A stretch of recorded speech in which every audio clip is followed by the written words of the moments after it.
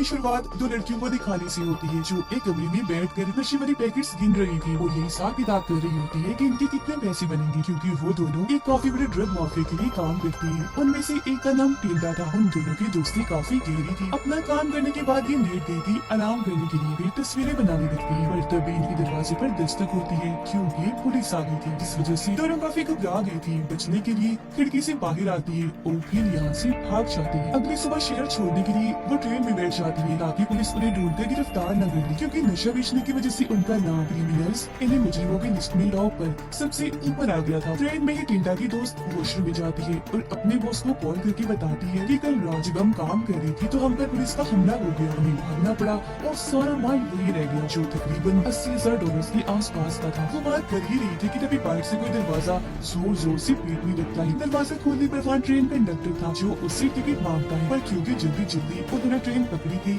तो टिकट उसके पास नहीं थी, जिस वजह से वो कंडक्टर को अंदर खींचकर उसका मुंह बंद कर देती है। ट्रेन से उतरने के बाद जब वो सड़क पर से गुजर रही थी तो सामने बैठा भिखारी उन्हें गालियां देकर कहता है कि ये दोनों तो पागल और डायने हैं। दोनों को गुस्सा आता है पर वो सोच में पड़ जाती है कि वरना ये हमें ऐसा क्यों कह रहा है। फिर तभी उनके पास बॉस की कॉल आती है जो कहता है कि तुम्हारे पास 48 घंटों का टाइम है मेरे पैसे वापस लौटाने के लिए। जो नशा वो उस कमरे में ही छुड़ाई थी जिसके पैसे $80,000 अभी भी देने होंगे, जिसके लिए वो अपनी बचपन की दोस्त सिर्फ के घर जा रही थी जो काफी अमीर थी। काफी बड़ी हवेली में वो अकेली ही रहती थी। इनकी दोस्ती उसके साथ भी बहुत अच्छी थी, जिसका सबूत हमें यहाँ उनकी बचपन की कहानी दिखाकर बताया जाता है। वो तीनों जब छोटी थी तो काफी सारी गेम्स खेला करती थी, एक दूसरे के साथ बहुत खुश होती थी और उन्हीं में से एक गेम जो उन सबकी पसंदीदा थी उसका नाम डॉक्टर था। जिस गेम को खेलने के लिए 3 असूल थे। पहला कि हर कोई उस गेम को पूरी दिलचस्पी के साथ खेलेगा, इन्हीं गेम में खो जाएगा। दूसरा असूल इन तीनों के अलावा बाहर का कोई भी इंसान गेम में नहीं खेल सकता और आखिरी असूल कोई भी गेम को बीच में नहीं छोड़ेगा। जो जाहिर है ये इधर ही रहेंगे, इस घर से तब तक नहीं निकल सकती जब तक ये गेम खत्म नहीं हो जाती। फिर टिल्डा एक स्कूल यूनिफॉर्म पहनकर घर के अंदर चली जाती है। घर में डेफनी उसके लिए खाना बना रही थी। आते ही टिल्डा उसे मुंह कह के पुकारती है। अब वो उसे माँ क्यों कह रही थी उसके पीछे भी एक कहानी है। दरअसल बचपन में जो वो डॉक्टर गेम खेल रही थी तो उस गेम को बार बार खेलने से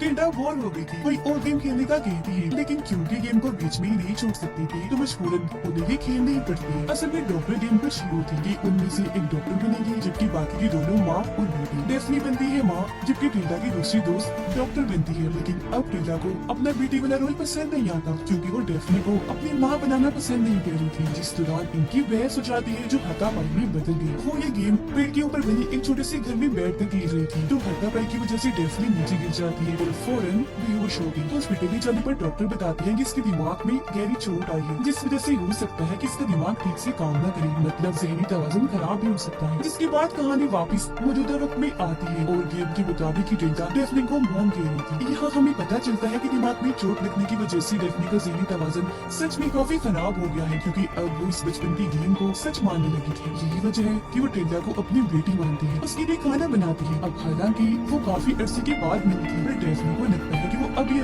स्कूल जाती है। डेफनी की माँ होने की स्कूल काफी सख्त थी। वो जैसे ही टिल्डा के बड़े बड़े नाखून देखती है तो गुस्से में उसका हाथ पकड़ लेती है और बोलती है कि इतने गंदे नाखून है, काटो इन्हें फौरन। पर जब टिल्डा नहीं काटती तो वो खुद ही कैंची लेकर काटने लगती है। लेकिन ठीक इसी वक्त कोई दरवाजे की बेल बजा देता है जो इनकी दोस्त थी जो डॉक्टर का रोल कर रही थी। अब भी वो एक डॉक्टर बनती है, उनके घर में आती है। डेफनी यहाँ उसे बताती है कि मेरी बेटी को बहुत खांसी हो रही है, डॉक्टर साहिबा जरा देखिएगा क्यों खांसी ठीक नहीं हो रही। जिस पर डॉक्टर उसका चेकअप करती है और इलाज करते हुए उसके घुटने पर एक हथौड़ी मारती है जिससे उसे काफी दर्द हुई। वो जोर से चिल्लाती है। अब टिल्डा और उसकी दोस्त ये अजीब हरकतें इस वजह से कर रही थी, मतलब गेम खेलने पर मजबूर वो इसलिए थी क्योंकि इसके पीछे वजह थी। असल में डेफनी के घर में एक ऐसी खुफिया तिजोरी है जिसके अंदर बहुत सारे पैसे हैं, तकरीबन लाखों डॉलर्स। पर क्योंकि डेफनी का ज़हनी तवाज़ुन तो ठीक नहीं है तो पैसों की उसे कदर नहीं है, न ही जरूरत। और क्योंकि टिल्डा और उसकी दोस्त को अगले 48 घंटों में $80,000 का इंतजाम करना था, इसीलिए दोनों यहाँ उस तिजोरी से पैसे लूटने के इरादे से आई थी। उसके साथ गेम खेलकर बेटी और डॉक्टर का रोल करेंगे ताकि डेफनी को शक न हो, ताकि थोड़े वक्त और यहाँ रुकी वो अपना मिशन पूरा कर ले, चोरी करके भाग जाए।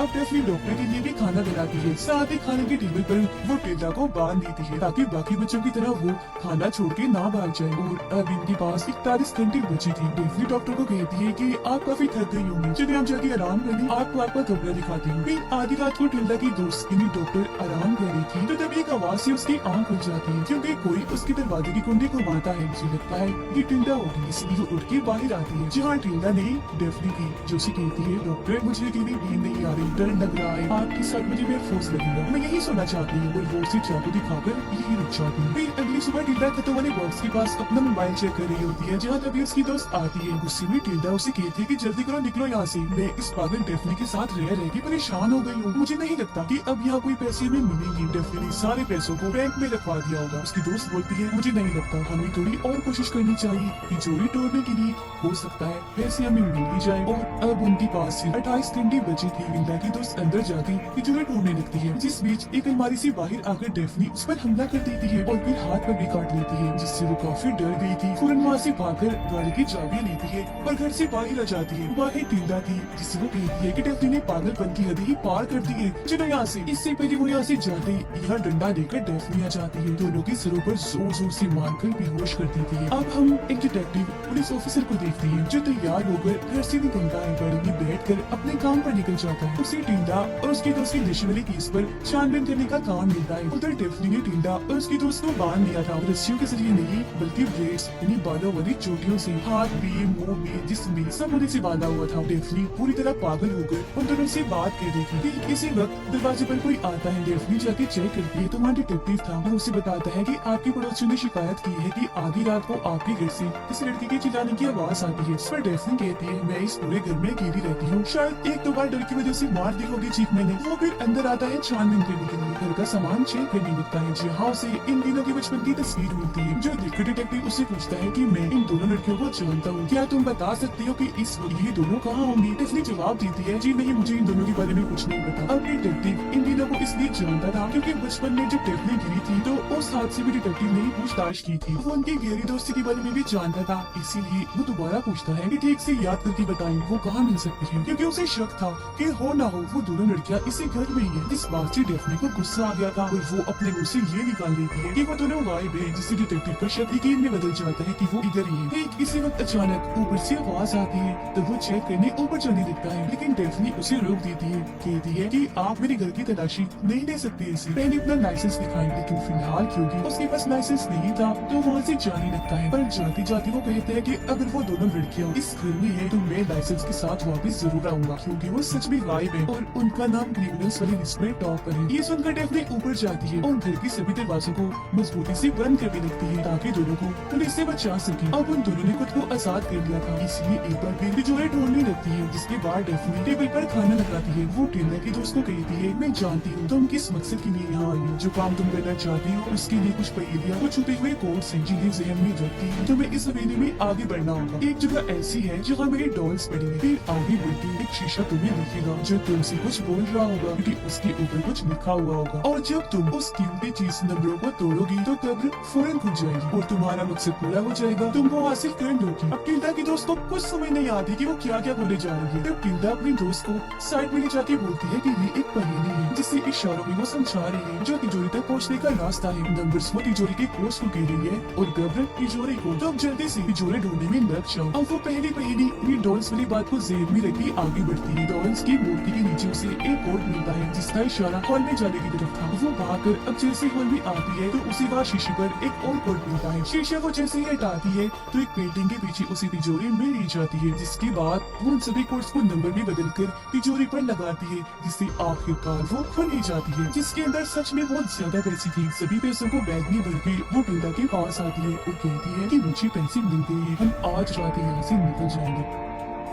फिर रात होते ही दोनों लैंप्स लेकर यहाँ से निकल जाती है। सड़क पर आकर गाड़ियों से लिफ्ट मांगती है, पर कोई भी उल्टी हुई गाड़ी नहीं रोकता। और फिर तभी एक तेज स्पीड पे आती हुई गाड़ी टिल्डा की दोस्त से आके टकरा जाती है। इसमें और कोई नहीं बल्कि डेफनी थी, जो अब दोबारा से उन दोनों को अपने घर ले आती है, जहाँ अब उसने दोनों को कुर्सियों के साथ बांध दिया था। इस सब की वजह से टिल्डा की दोस्त दुखी थी, जो देखकर डेफनी चाकू लेती है और उसके चेहरे पर कट लगा के स्माइल वाला निशान बना देती है ताकि वो उसे मुस्कुराता हुआ देख सके। अब वो भिखारी जो दोनों को गालियाँ दे रहा था पुलिस स्टेशन फोरन आकर बताता है कि मैंने उन दोनों गायब लड़कियों को रेलवे स्टेशन पर देखा था। डेफनी उन दोनों पर काफी जुल्म करने, उनका वजह बिगाड़ने की बात कहती है कि अब अगर तुम चाहो तो गेम को छोड़ के जा सकती हो। साथ ही वो अखबार भी देती है जिस पर उन दोनों की लापता होने और क्रिमिनल्स की लिस्ट में टॉपर होने वाली खबर छपी थी, जो देख दोनों काफी डर भी गई थी और हैरान भी थी कि यहाँ से बाहर निकली तो पकड़े जाएंगे। पर अब डेफनी उन्हें जल्द से जल्द यहाँ से जाने का कहती है कि मैं तुम्हें अब 1 मिनट भी यहाँ बर्दाश्त नहीं करूंगी, क्योंकि बहुत जल्द मेरा बच्चा पैदा होने वाला है। टिल्डा हैरत से पूछती है कैसा बच्चा, तुम्हारी तो शादी भी नहीं हुई थी। तब वो बोलती है कि मैंने तुमसे ये बात छुपाई, वो दरअसल शादी मेरी हो गई थी। जो सुनकर टिल्डा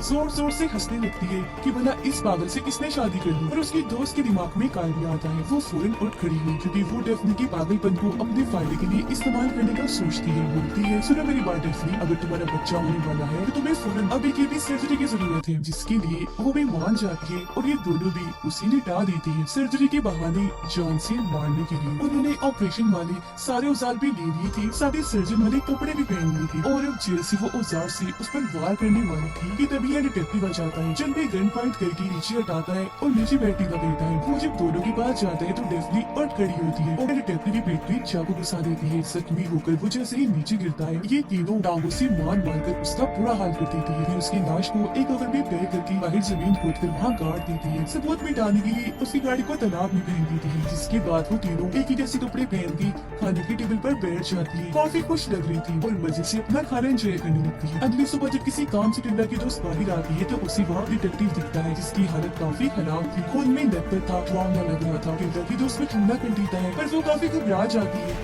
ये सोचकर कि हमने तो उसे जमीन में गाड़ दिया था, तो फिर ये बाहर कैसे आया। फिर तभी इधर टिल्डा और डेफनी भी आ जाते हैं, जो उसे अंदर आने का कहती है। अब टिल्डा की दोस्त को तुम्हारे बॉक्स से एक छेना मिलता है, जिसे उन्होंने डिटेक्टिव की लाश के साथ ही दफन कर दिया था। ये देखकर वो कब्र खोलती है, पर उसी के बाद डिटेक्टिव की लाश नहीं मिलती, जो देख वो काफी डर भी गई थी और परेशान हो गई थी। फौरन हवेली के अंदर आती है। बेड के नीचे से उसे काफी पुरानी डायरी मिलती है, जिसके अंदर उनके नशे वाले केस और डिटेक्टिव की मौत के बारे में पहले से ही लिखा हुआ था, जो देखकर उसकी होश उड़ जाती है। तब इधर डेफनी आती है, जो उसे बता रही थी कि यहाँ जो कुछ भी हो रहा है वो सब इस डायरी में बहुत पहले का ही लिखा हुआ है। टिल्डा की दोस्त को अभी भी समझ नहीं आती कि आखिर यहाँ चल क्या रहा है। तब डेफनी उसे अपना बाजू देखने को कहती है और जब वो अपनी बाजू को चेक करती है तो उस पर बहुत सारे किसी के काटने के निशान थे। तब डेफनी बताती है कि तुम्हारी बाजू पर जितने भी निशान है इतनी ही बार तुम यहाँ पर आई हो, जिससे यहाँ ये खुलासा होता है कि सिर्फ डेफनी ही नहीं बल्कि टिल्डा और उसकी दोस्त का भी ज़हनी तवाज़ुन खराब है। इतना खराब कि उन्हें पागल कह सकते हैं। और शुरू से अब तक जो कुछ भी हुआ है सब एक गेम का हिस्सा है, जो गेम सालों से